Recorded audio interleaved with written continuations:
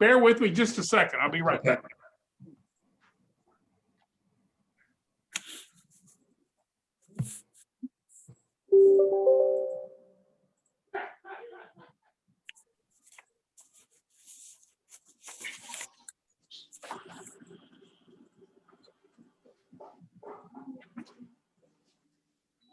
There's Brian. Oh, this is Brian. Good morning, Brian. Good morning, Brian. Morning, everybody. Howdy. How are you doing today? Right out and bushy-tailed.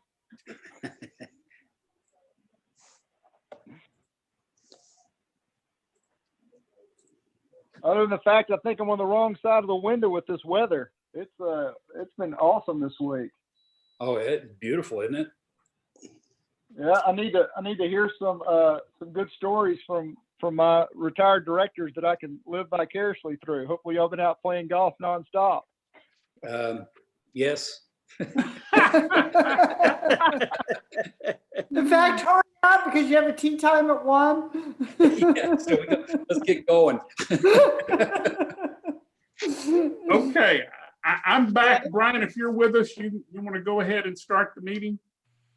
Yeah, have we started the recording yet? Yes. Okay. All right. I'll go ahead and get started. Hello, everybody. This is Brian Yates with Schwartz, Page, and Harding. Welcome to the Montgomery County MUD number 67 special Board of Directors meeting for Wednesday, February the 3rd, 2021. We appreciate everyone's patience as the district again meets remotely due to the ongoing COVID-19 pandemic. As in prior meetings, I'll briefly go through the meeting procedures for our remote meeting, and then we'll perform a roll call. So to begin with, I need to remind everyone the meeting is being recorded as required by the Texas Open Meetings Act. Second, please remember to state your name before you speak, including the making of any motions. When you're not speaking, please be sure to mute your line. Third, we will continue the practice of having a roll call to vote on each motion. After a motion has been made and seconded, please wait until you hear your name called and then respond with a verbal aye, a nay, or an abstention. Finally, we need to identify each person who's joining the meeting remotely so we can accurately reflect the attendance in the minutes of the meeting. I'll perform a roll call for the board members, followed by staff and consultants. When you hear your name or your company called, please respond by indicating that you're present in the meeting. Likewise, if you need to leave the meeting before it adjourns, please announce that you're doing so before you disconnect. Once I've completed a roll call for the directors, staff, and consultants, I'll ask for any members of the public to identify themselves for the record. So starting with our board of directors, I don't have an agenda in front of me that has everybody on here. So I'll just ask for each director to go ahead and state your name for your record, for the record. It is rolling. It's Alan Fritchie.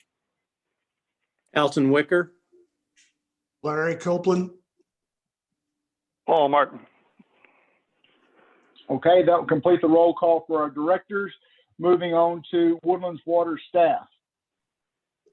Jim Stinson, Mike Mooney.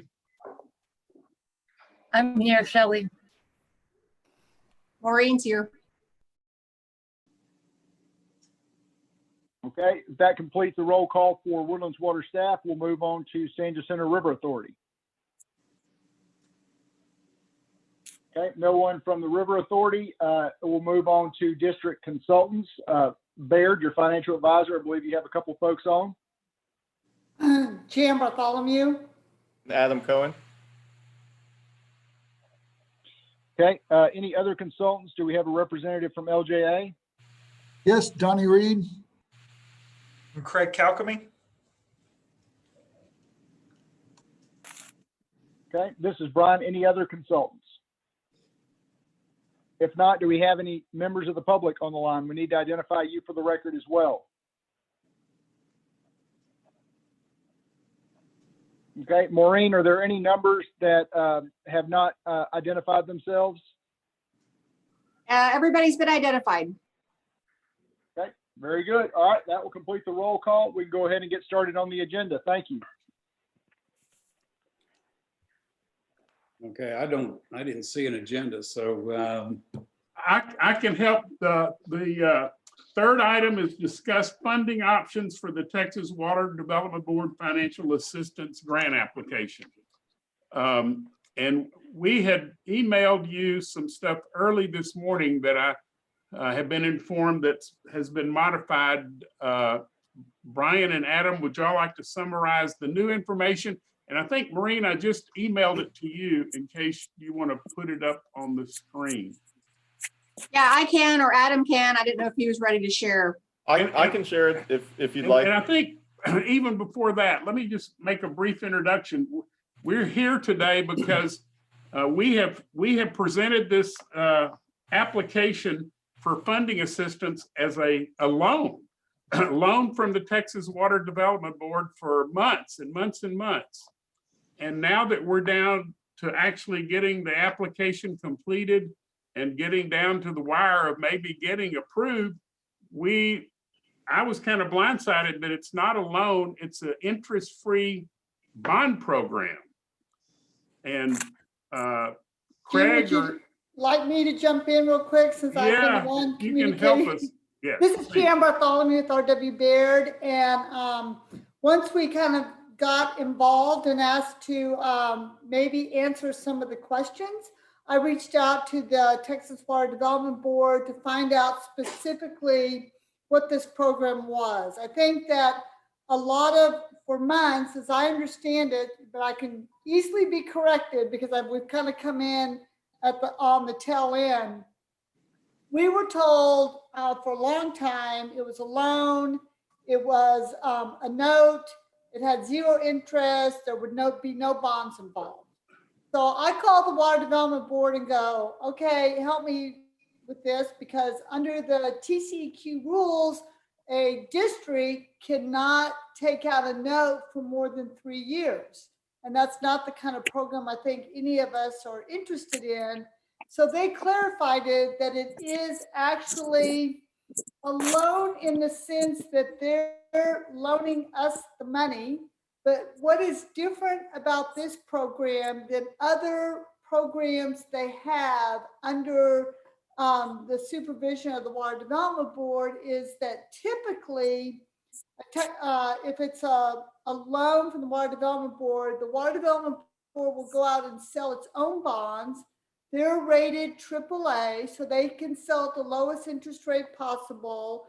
And then if they have a particular program out there, like one of the programs they have in today's market is called the SWIFT Fund, they're able to subsidize those interest rates with a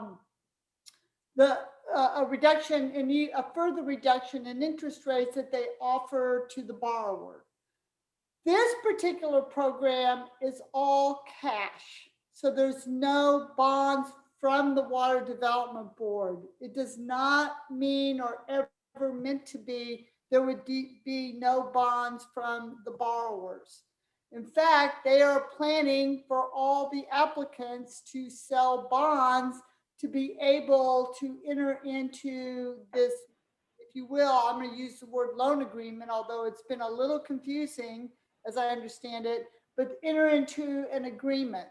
I also further understand it that we're on the agenda, 67 is on the agenda for April, early April, to approve our application. After that, we have 6 months to, if you will, borrow the money, sell our bonds, because if we had cash on hand, we wouldn't be borrowing the money. So to sell our bonds and to actually start the funding process. The further criteria of this particular program, the fifth program, is that they structure it in a maximum of 30-year level principal payments. So one of the things when we first started looking at running the numbers is our debt doesn't go out for 30 years. So we were looking at wrapping the debt on there, but we have to show level annual principal payments. And I think when Adam gets into the numbers, he'll go through one of the ways that we can, again, save as much of the cost to the district. It is at a 0% interest rate, so we'll only be making principal payments back to the Water Development Bonds Board. The principal payments that are payable back to the Water Development Board must start 18 months after completion of the construction. So even though we may be selling bonds, say in the fall, we really don't start any principal payments, probably, what do we determine, Adam and Brian, 2024? Principal payments starting back to the Water Development Board. So this is, first of all, in all my years of doing this, 40 plus, I've never seen a 0% program. So this is a very attractive program. I went and asked them, I said, well, what if we don't meet the deadline? What if we don't have all of our issues worked out, if we need other participants and whatnot, what happens? I mean, what is the plan going forward with the Water Development Board in this program? Their response was that they really haven't met to decide what the plan will be. If they have a certain pool of money, they didn't tell me how much it was, but they did say that the current applicants that are being considered for approval do not max out the current pool of money they have. They have not decided whether or not they'll release the invitation for applicants after this approval process to brand new applicants, or if they'll allow applicants that either may not have qualified or withdrew their application back in.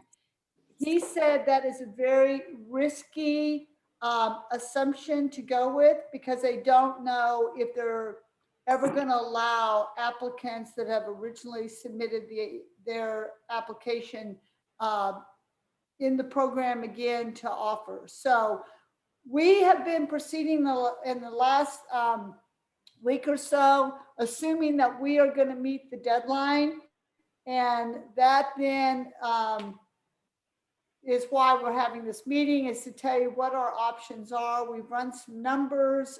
We probably have a lot of questions, I guess, from the board, but we've run a lot of numbers to tell you how it can be financed and what some of the plans are in going forward with getting participants. So with that, Jim, if it's all right, I can let Adam start on the numbers that hopefully everyone was able to get and open up. But if not, I think you can follow along in his presentation. Yeah, are there any questions of the board with that introduction as to where we are today? Any questions from you guys? This is Director Martin. Jim, I believe, or someone said that there were some changes from the email that was sent out this morning.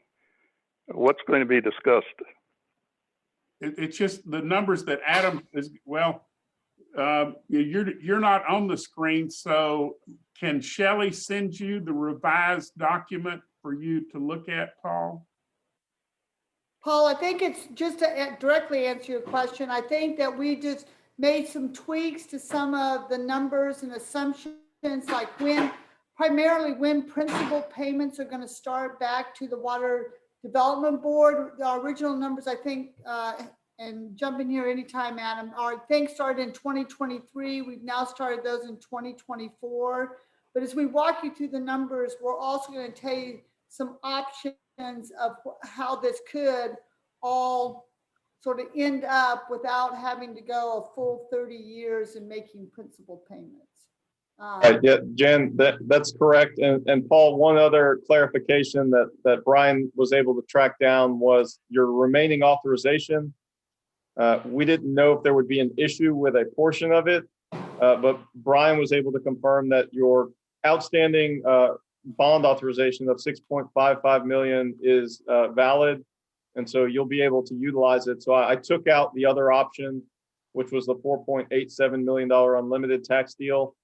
And at any point in this presentation, feel free to stop and ask questions. And Craig or Donnie, if I say something wrong, jump in and tell me, since we're kind of ramping up to speed on everything that's going on right now. But let me go ahead and share my screen.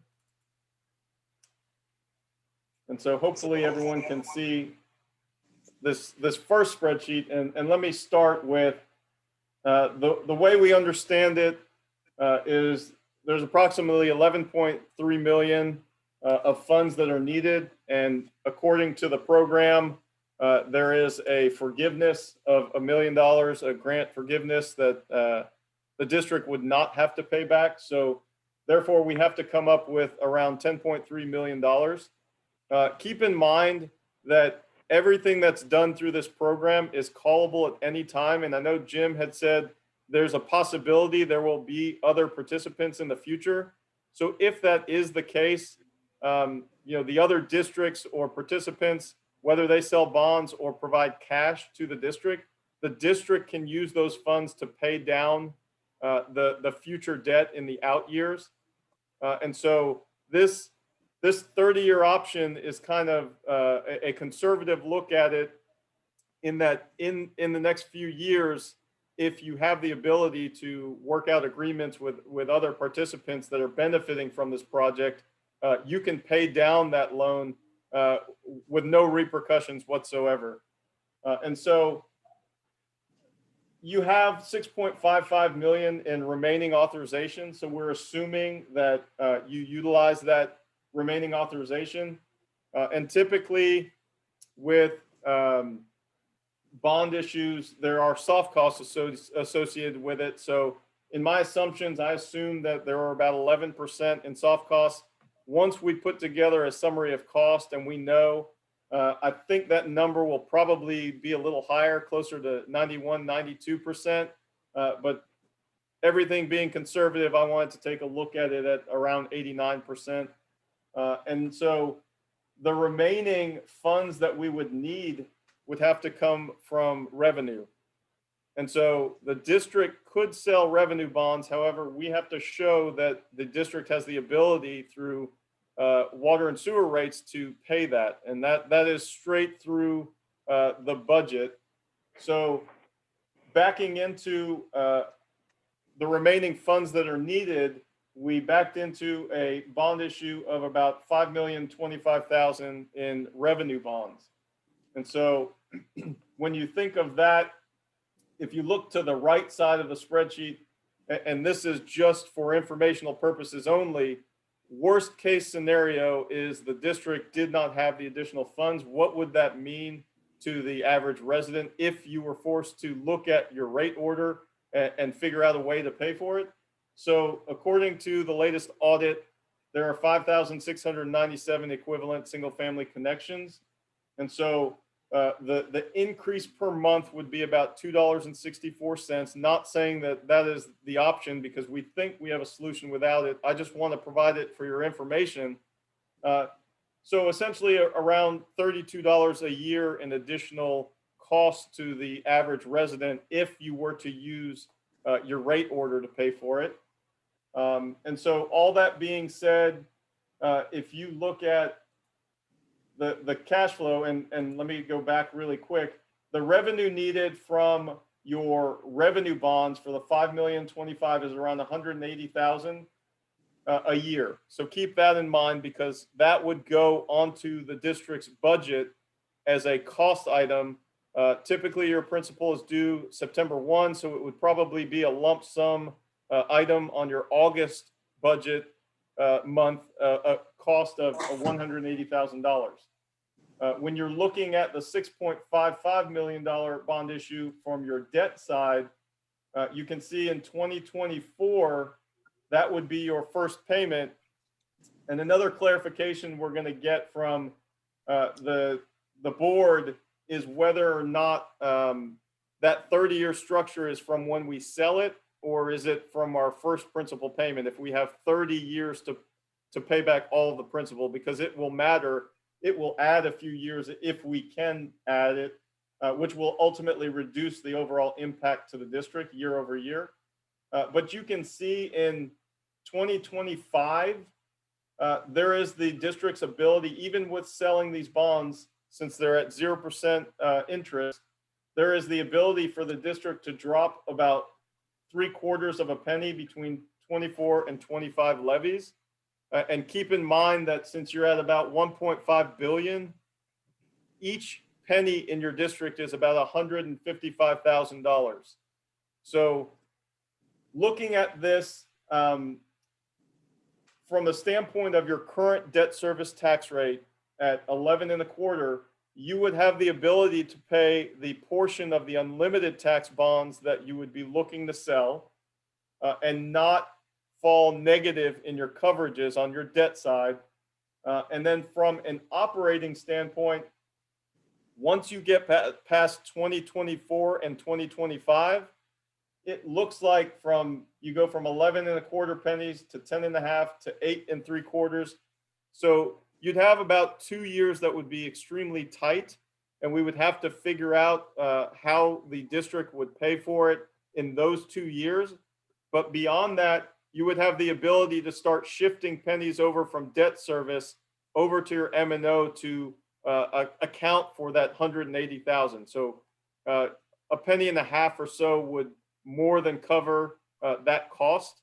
And then, as I mentioned, if you were able to get participants to join into the overall program, then you could offset it with additional payments to basically reduce the amount owed to the board. And I'll pause there really quickly. I ran through it somewhat fast, but I'm happy to answer any questions.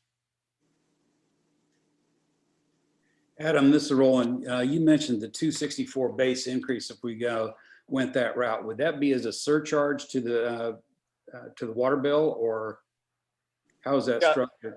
I mean, I guess that would be up to you guys how you would want to structure it. I mean, I was looking at base fees, so I didn't know if you would increase your base fee to include that or what. But I mean, the point I was making is it's not, although increasing rates is never a good thing, it's not so impactful that it can't be done.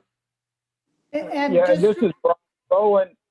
Let me just kind of step back for a second and say that's, I think, just a calculation to show what revenue we need. I think in reality, based on the debt service schedule that the existing debt service schedule that Adam's provided, I don't think that's necessary. I don't think that's going to be necessary. Okay. Because we're not going to be starting to pay back it.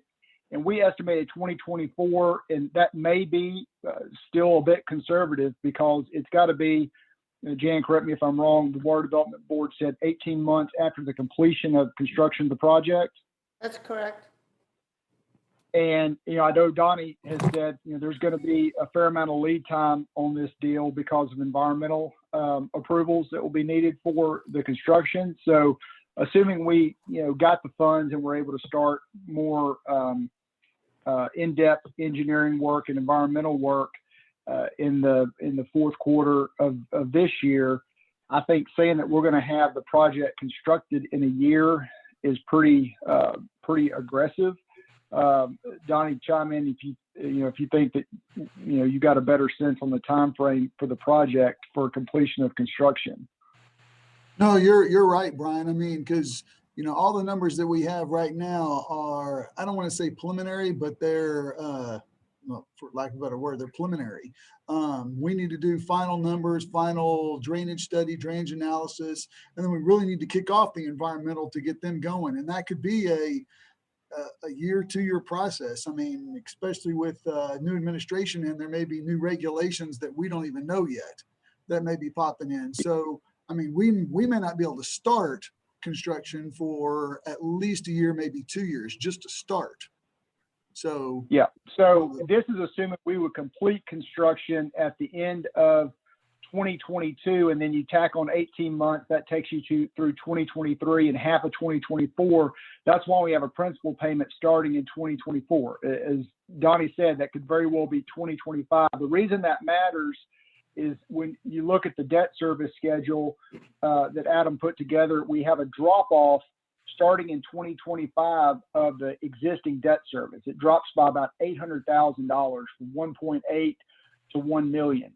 And so what that means is that if we are able to, push out that start of the repayment period, and there's no harm on the district by doing that because it's a zero interest bond. We don't have carry that we're churning while we wait. Then you would basically be able to keep your tax rate flat, move what you would save on your debt service drop, move that over to M&O, and each penny, Adam said, is about $155,000. You would be able to move that over to M&O and basically pay that revenue portion, not by increasing your rates, but with your additional maintenance tax revenue because of the existing structure of your debt. So I think based on what we've seen so far, that's how we would do it. And this is worst case scenario, assuming we didn't get any money from anybody else, which is highly unlikely.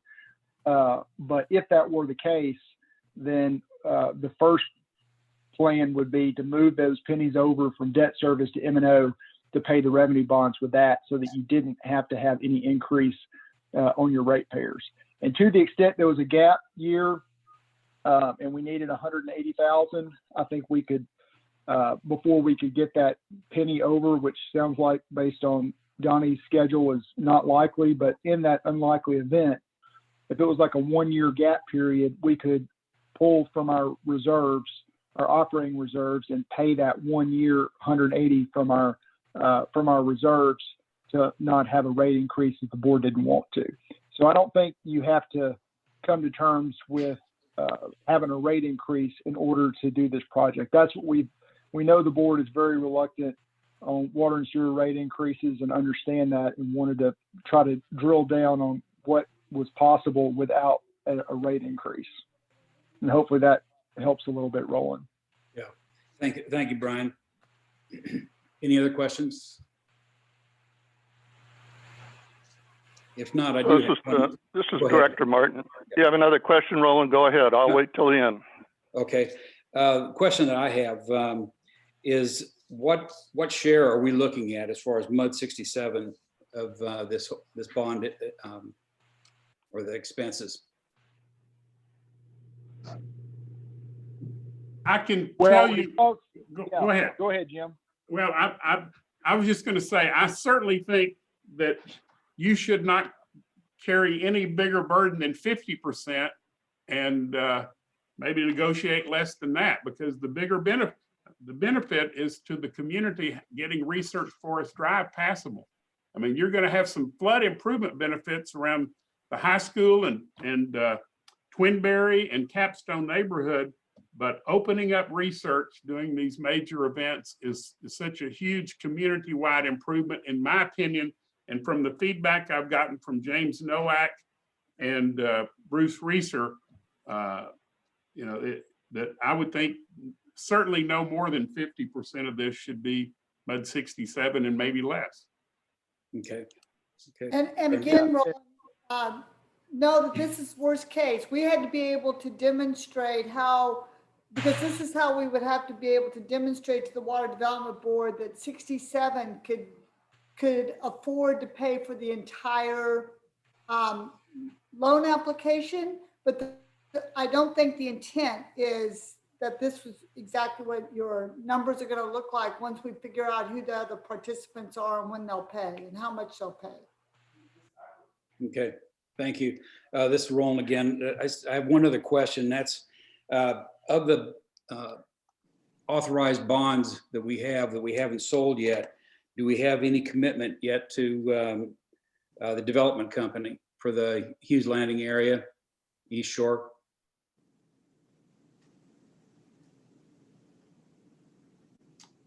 No, we have no commitment, and nothing comes to mind to me right now.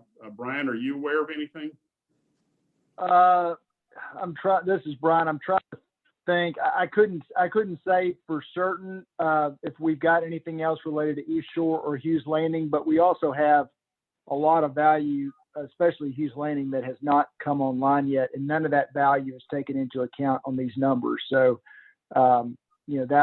that would be something that we would, to the extent we had additional obligations, we would address through either cash payments through additional maintenance tax revenue from additional value, or, you know, you could potentially issue, if you didn't want to go and get additional WS&D authorization, which is tough in a resident fully built or virtually fully built out deal, you could do water sewer revenue bonds like we're talking about for the other piece of this deal, and pay that essentially with your maintenance tax revenue. Okay, thank you. This is Director Martin. On that point, I recall at least one, if not more, parcels, undeveloped parcels, that we were on the verge of going to the city of Houston to get approval to proceed, or the Hughes development was. And we were told recently by Colcorst that they don't have specific plans, and so they haven't done that. So I think the answer to the question is yes, we will have financial responsibilities for those, at least one and perhaps more parcels. This is Roland, but is my question, I guess, here would be, do we have to use any of our authorized bond funds to pay back the development company, or do we have other revenue sources that we can reimburse them? Yeah, this is Brian. So to the extent that we had, it would depend on what the magnitude was. If you could either cash fund it in pieces, you know, like over 2 annual payments or something with additional maintenance tax revenue, or if it was a larger amount that you needed to either talk about whether you wanted to get additional WS&D authorization with an election, or use water sewer revenue bonds, that you don't have to have an election for water sewer revenue bonds, and use some of your water sewer revenue to fund those bonds, and then expenses that the district has that it currently uses water sewer revenue to fund, you would use increased maintenance tax revenue from the additional value created in the district from that new development to fund those expenses that were previously funded with your water sewer revenue that would be pledged to those bonds. And I'll be happy to double check with Danny, but I'm just brainstorming, and I'm trying to think of areas where we have raw land that doesn't have any WS&D either nearby or right at it. So Donnie, can you help us? Is there any major wastewater or drainage facilities that would need to be installed in Hughes Landing or any of the commercial properties to make them developable? That's what I was just doing. I was looking at my map up on the wall, and I've got the Google map up as well to try to look at it. And I can't see anything that's significant, within the district. Yeah, I mean, so if there is something, I mean, it almost seems like maybe a small extension, but I can't see like a major project that's in there. Yeah, I can't see anything off the first all look. of your debt service, your existing debt service is going to be paid off in about 10 years. So you're going to have, a good amount of funds that to the extent you didn't lower your tax rate, that you can move over to M&O to be able to fund any of those types of reimbursables. Okay, thank you. Paul, you had some questions, I believe. Do any of the other directors have anything? No, go ahead, Paul. Okay, so I don't have this latest revision that you're speaking from, but I am looking at the 6.55 that was sent out this morning, and it gave proceeds of 5.829 million. So that's a difference of 720,000, and I guess those are the soft costs you were referring to. Yes. And as I mentioned, Paul, that number should be, the soft cost should be lower.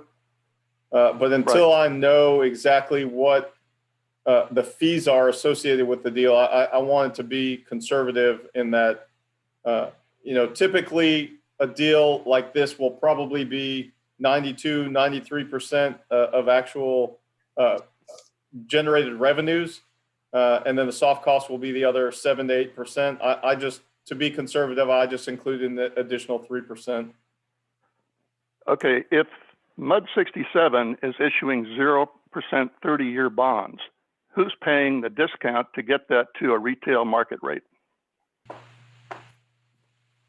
It's These my, bonds, unlike your other outstanding bonds, these bonds are held by the Water Development Board, and so they're not traded in the secondary market. That's why they're also, and they're callable at any time. It's really a unique structure, Paul, to what we've ever done in the past. We've never had callable at any time. We've never had zero, and we rarely have structured level principal. We usually structure level debt service, but we have no interest.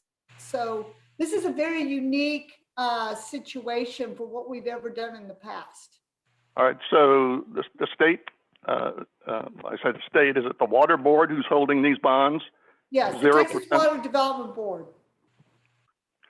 And that was, so they have the cash that's been advanced to them, I assume, in order for them to spend it. And you said, even with all the projects that are at this level, will not use up all the funds available. Yes, Did I understand that correctly? Yes, and this is Chair Bartholomew again. As I understand it, they have a rainy day fund that they've accumulated a lot of cash into.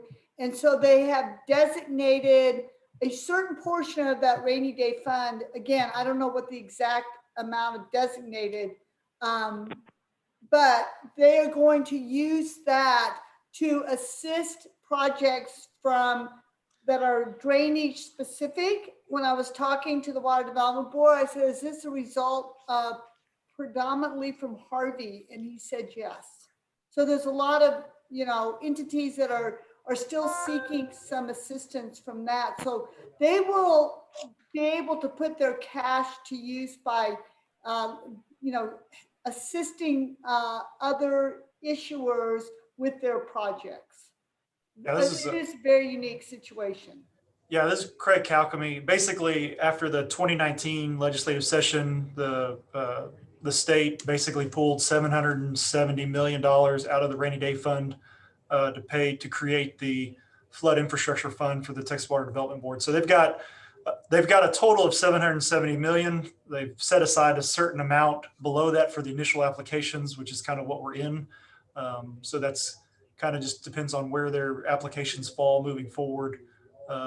And who actually passes this hurdle and can get all the funding. So that's why it's a little moving target at this point of how much money will be left at the end of the day. But 770 million is their cap, the target that they're hitting against. This is Director Martin again. From the very beginning of this project, we've been operating, the board have been operating, at least as far as I'm concerned, on a series of verbal information. I have yet to see anything in writing explaining now the current situation, which is a complete reversal from what we talked about last time. And I further am concerned that we commit to the entire responsibility, and again, having no commitment or no guarantee from any of the other county, township, or MUD districts for participation in this project. So, if we're to make a decision before April, which is on the agenda, you said, for the water board to approve this or not approve it, puts us responsible for the whole thing, is basically what it boils down to. This is Brian. So Jan, what did you say again the time period was from approval to issuance of the bonds from the Water Development Board? As I understand it, we're on their April, I believe it's their 8th agenda for approval of the application. And we must sell and deliver our bonds within 6 months after that date. And what if we don't? So, Well, right. Well, it's, yeah. If we don't, the application, as I understand it, so Craig, jump in here if you've had other discussions with it, but as I understand it, then their approval becomes null and void, and it's undetermined at this point whether or not we will have another opportunity in the future to participate in making an application to this particular fund at the 0%. What he told me was they just haven't met at the management level to decide how they're going to proceed with the next tranche, if you will. Who they're going to include, and whether or not they'll review participants again. So that's kind of why we're having this call today. Is I think if we want to consider getting approval and being able to show evidence that we can finance this is probably something similar to what we're going to have to present to them.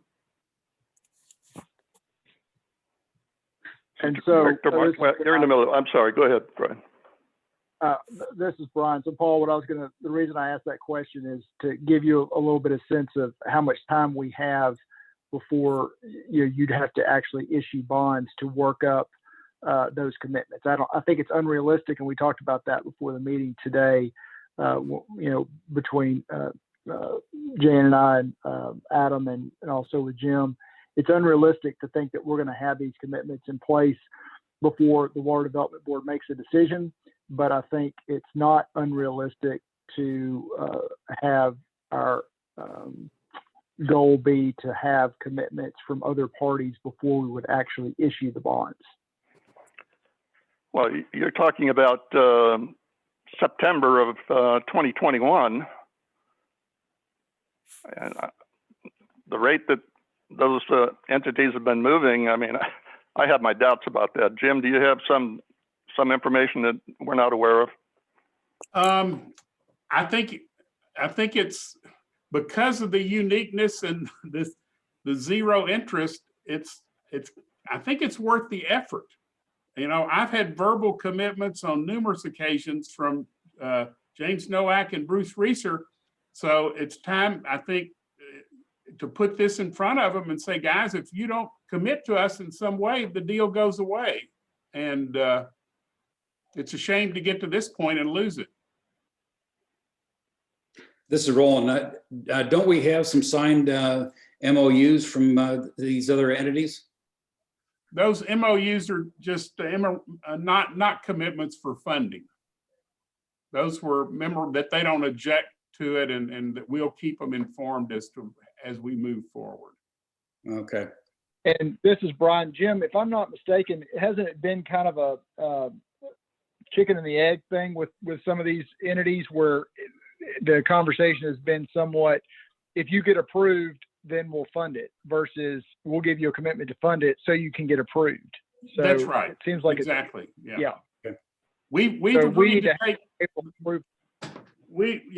We've agreed, MUD 67 and our staff, to take the lead and keep pushing this forward, knowing at some point, depending on how successful we were, that we would be going back to at least the township and precinct, James Nowak's office, the county, to say, okay, we've got approval now. It's time for you to participate, or it goes away. This role, and I think that with what Jim's saying and what Brian's saying is that since we did agree to take the lead, I think we need to keep pushing this thing forward and put the pressure on these other entities to step up. Yeah, Director Martin, any other directors have any questions? But let's just reinforce, you're not going to be committing any money for the soft cost. It's still just staff time and consultant time. The real money for to sell the bonds and the soft cost wouldn't occur till much later on, assuming we could get some sort of a formal agreement with the county and the township. So Jim, in that regard, how much is MUD 67 into this project for? Rough order of magnitude. I don't have that number today. I would probably say 100,000 at this point, maybe a little more. Yeah, that was going to be my guess as well. So here's a question for our bond consultants. Our 2017 bond issuance according to the audit report, I didn't see whether those are eligible for refinance yet. Can someone answer that question? Yes, just give me 1 minute to look it up real quick. All right, while you're looking at that, let me give out some more information that I've developed this morning after getting that email. For the directors, the maintenance and operation budget for the current year, 2021, if you took out that Section 20 special payment that we had for Hughes, and you take out the AMI special payment, we would have had an operating budget with a $284,000 deficit. Okay, I have no reason to believe that same deficit will continue next year. So that's as a starter. And again, this current budget does not allow for any odor control at wastewater treatment plant number 1, which could be in excess. Our share, of course, is only a percentage, but the total of that could be in excess of 1.5 million. There's no allowance in our 2021 budget for any bond funding by San Jacinto River Authority for future major R&R, which, we're talking about numbers like 100 million in the next 10 years. And again, that would be some portion of that. We are in the process of doing smoke testing throughout the woodlands, and I can guarantee that there's going to be some expenses coming out of that. How much, I don't know, but that's on top of whatever we have in the 2021 budget. But those are expenses that have to be made in order to preclude even more money for San Jacinto River Authority for capacity, which doesn't make sense if you can fix a leak at a lesser amount. This, of course, if we issue the 6.55, would leave us with no bonding capacity. If anything should come up, whether it's consolidation or any other issues, we'd have to go to the voters for more capacity. I'd also like to point out that if GMA 14 allows either of the two highest options for ground pumping by Lone Star, that undoubtedly will create further subsidence in southern Montgomery County. And we already know where one low point is, and it's at the high school. So if that subsidence were to occur because of further pumping, can you hear me? Yes. Okay. Yes. Yeah, I had to switch phones. It's going dead on me. Okay. So that's of concern to me as well. And I would hate to spend $10.3 million on, quote, eliminating this flood problem. And then because GMA 14 allows a higher pumping rate, and before we could even pay off these bonds, we'd be sinking. So those are all things that I think we have to be very careful of.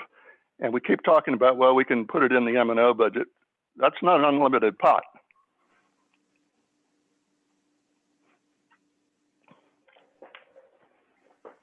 This is Jan Bartholomew again. I just wanted to get back to you on your question about callable bonds.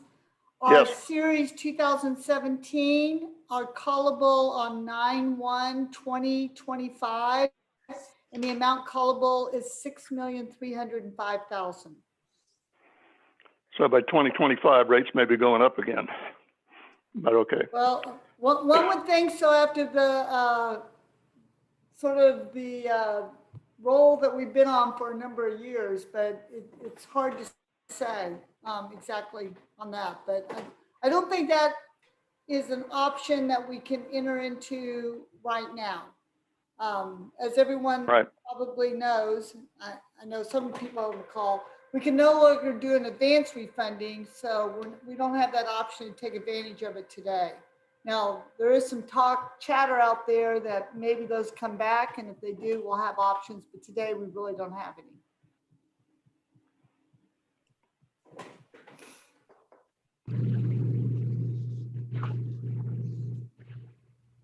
Any other comments or thoughts from the directors or the consultant staff?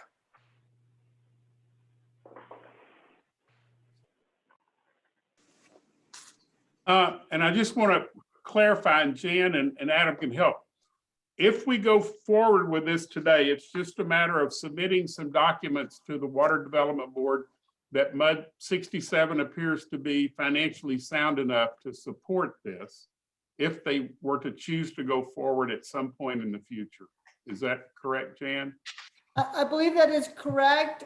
We've had, and Brian, you might have to jump in here. You've had a couple of calls from legal at the Water Development Board, and that's kind of how we got involved. And I have my contact, I haven't told them, but they said that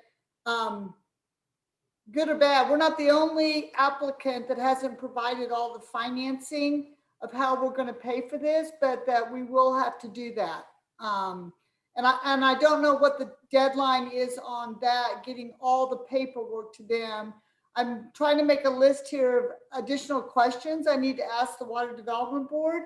And that's one of them I wrote down. Like, when will we have to provide them final, unless Craig or Donnie know the answer to that, or Brian? So this is Craig. You know, we haven't gotten engineering or environmental questions, which is a little unusual. We've gotten those on a couple of their applications. So at least the turnaround on those, when we get those comments, have been kind of a required 3 business days. On some of the financial stuff that they've asked on those, it's more of a just providing a summary, kind of what we've talked about here. But then the heavy financial stuff of all the backup comes during that commitment period, the 6 months. But so far, it's been very basic, limited information that they've requested on the financial side, which is a little surprising, other than the name of the bonds and just confirming the essentially the amortization schedule or the repay, those kind of things. But other than that, they haven't really asked for much additional detailed information on the specifics of the financials. So. Hey, this is Roland. I think Paul's made some very important points that have to be considered once we come to the point that we have to come up with the funding commitments. But at the same time, I still think that we, as the point, or as we've been the leader in this project, that I suggest that we still move forward on this, since we're not at the point where we have to really put the dollars up or the commitment up on the funds. Any other thoughts on that? Director Martin, is the purpose of this meeting to make a motion, or is this just information, and then we will deal with all of the open questions that are still outstanding, and then deal with it at our next board meeting, which is what, a week and a half away? This is Brian. I think the goal was to be able to get direction to be able to provide to the Water Development Board, because they did ask for additional information as soon as possible about what bonds we were going to be issuing, which started this whole conversation about which bonds, what bonds, and going from there. So we would need to be able to provide them with at least a framework of, 6.5 roughly WS&D bonds and 4.5 roughly water sewer revenue bonds, to be able to show how we would provide funding for our portion of the project to be eligible for the 0% and for the $1 million grant. So this is Director Martin. Roland, Yep. I understand your comments, but I, for one, I repeat, all of this has been verbal. I have received nothing in writing about how this plan is supposed to work, other than these conversations that we have at these board meetings. And we know that we received incorrect information in the past that we acted on in good faith. And now we're being asked to do it again with still open questions. I, for one, am not prepared to vote in favor of proceeding with this. I've had 2 hours to look at the numbers that came in, and then were subsequently changed before I even got on the phone call. I think that we need to use this period of time to absorb this written, hopefully we get a written summary report of all this information that was given to us verbally, and then to assimilate that and then discuss it and make a motion at the next board meeting. I can't believe that a week and a half is going to make that much difference to the board who's evaluating these claims. So I would not be in favor of a motion at this time. Okay, this Roland, Brian, is what Paul's saying is that, can we do that? Yeah, this is Brian. I mean, it's complete at the discretion of the board. I think, you know, there's no, it doesn't do anybody any good if you don't feel like you have all the information or the time that you need to make a decision about whether you want to continue forward with this application or not. So, you know, we can wait until the regular board meeting and then provide, hopefully everyone will, you know, have time to, you know, get any additional questions answered and review any other necessary documentation, and then be able to have additional discussion at the regular board meeting and us follow up with the Water Development Board after that. Director Martin again, if I may. I think we can also use this time perhaps to pulse these other governmental entities again and say, you know, it's getting down to serious commitment time, and ask them for a timetable on their participation. This is Chair Bartholomew again. Director Martin, I'm more than happy to reach out to the Water Development Board and see what I can get in writing about the terms of the financing commitments. I can't believe they wouldn't have something. You know, I've been working with Water Development Board for years and years and years. So they should be able to send me something I can distribute to the board. And again, as you focus on Adam's revision, just to clarify something, and Adam, correct me if I'm wrong, but really the second revision took out just selling the one part of the remaining authorization. And so kind of what you looked at this morning on the 6.5 million and what we've sent out again this afternoon or later this morning was just kind of identifying that that's what that scenario looked like. It doesn't necessarily address all your additional questions on what do we do with future financing, and maybe we can reach out to Dan Colcourse and see if there's anything, maybe Donnie or Craig, you guys could just touch base with them to see if they have in any of their numbers something that we might have to finance in the future, just so we get as many questions answered as possible in order to, you know, have a more complete discussion at the board meeting.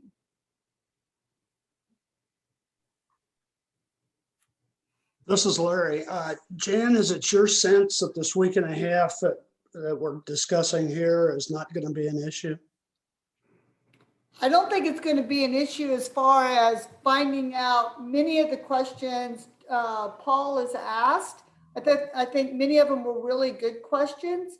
You know, we just need to focus on it. As far as the participants, which is what I consider kind of a big piece of the puzzle, I don't think we're going to have confirmed answers in a week and a half. And I think that was one of the feelings that most people had, at least Jim and Brian had when we started discussions with them. What's the possibility of signing up any agreements with any potential participants, just not the county or the township? Are there any other MUDs that would be willing to participate? That, you know, signing up agreements is not a fast process, and I think that's why we call this meeting. One of the reasons we call this meeting, and we want to look at sort of the worst case scenario, and that is MUD 67 proceeding with this, this commitment, and then trying to gather other participants, other dollars, to be able to call some of those bonds in so that we can pay off what, our original commitment was. And that's kind of where we are today. I think we've got some good marching orders, and we'll just try to see how much we can answer in a week and a half. But correct me if I'm wrong, Jim, you're talking to these entities more than, for sure, than I am. Is there any possibility you'll get anything from them in a week and a half? Probably not from a formal board setting, but I'm certainly going to reach out to both Commissioner Nowak and Bruce Reeser and tell them, we're on a very short fuse here, and this project, if it's going to go forward, they're going to have to figure out a way to formally commit them to it soon.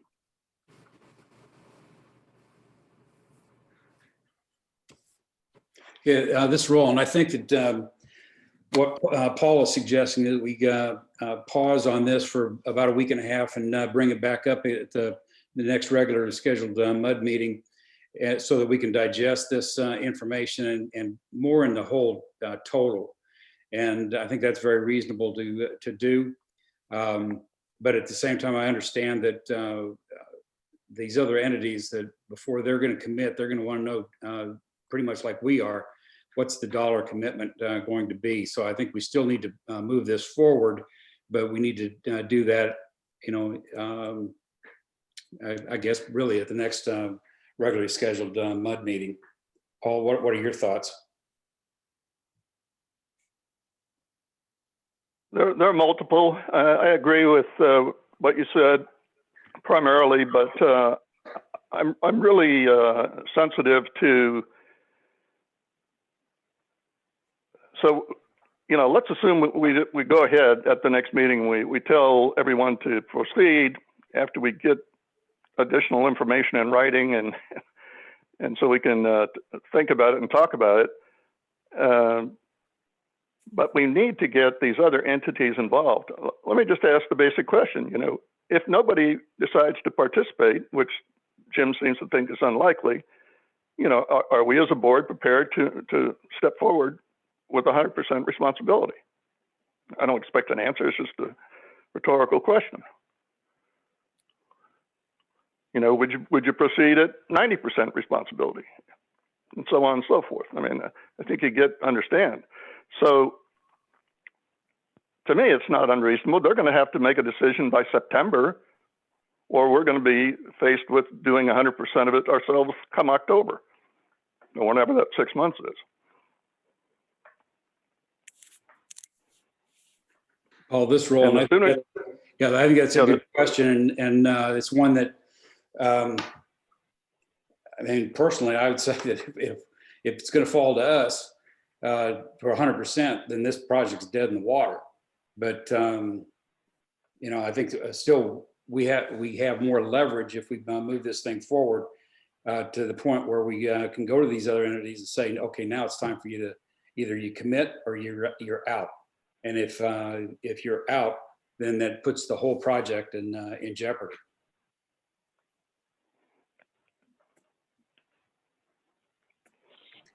This is Brian, and I think some of Paul's points about future expenses are all valid ones. And so even if you get to I think probably best case scenario would be 67 at around 50% of this. If that's the case, that's north of 5 million, which is pretty much all of you may have $1 million left of WS&D bonding authority, not counting the ability on the revenue that we talked about. Is the board willing to move forward at that number? And again, another rhetorical question, like Paul said, but I think those are things for everybody to think about and think, okay, what is that mark? And then probably, Jim has a better sense of what he needs to be able to divvy up among MUDs, county, township. So, if somebody comes back and says, oh yeah, I'll participate. And then you get a commitment for, a couple $100,000. Well, that doesn't really do a whole lot of good.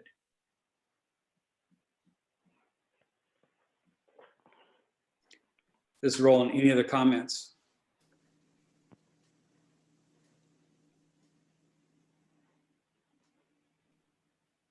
Okay. This is Larry. I think we also need to consider what the cost of the most viable option would be if we terminate this project.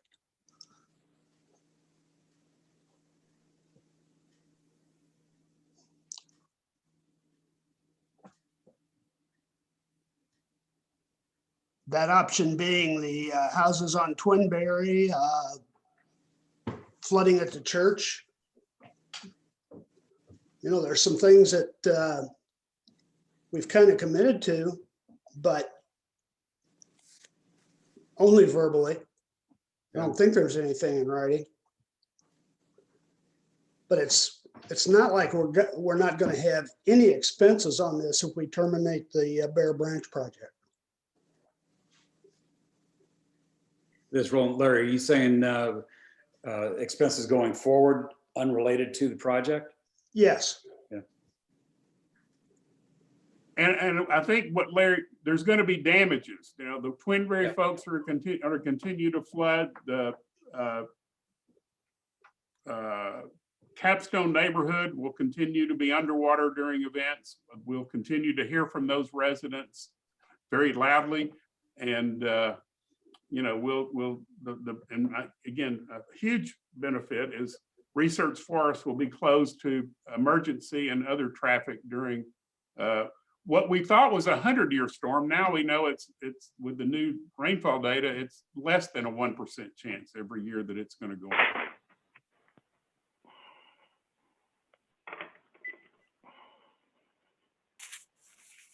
Okay.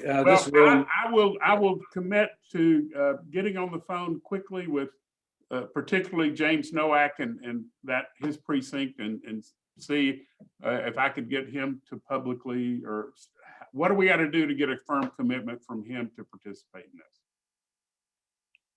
Okay. A dollar amount. Yes. Okay, this is Roland. Are there any other comments? Is there anything that we do need to formally act on, Brian or Jim? Not that I can see. This is Brian. Nothing else. Okay, then I guess are we at a point where we should adjourn?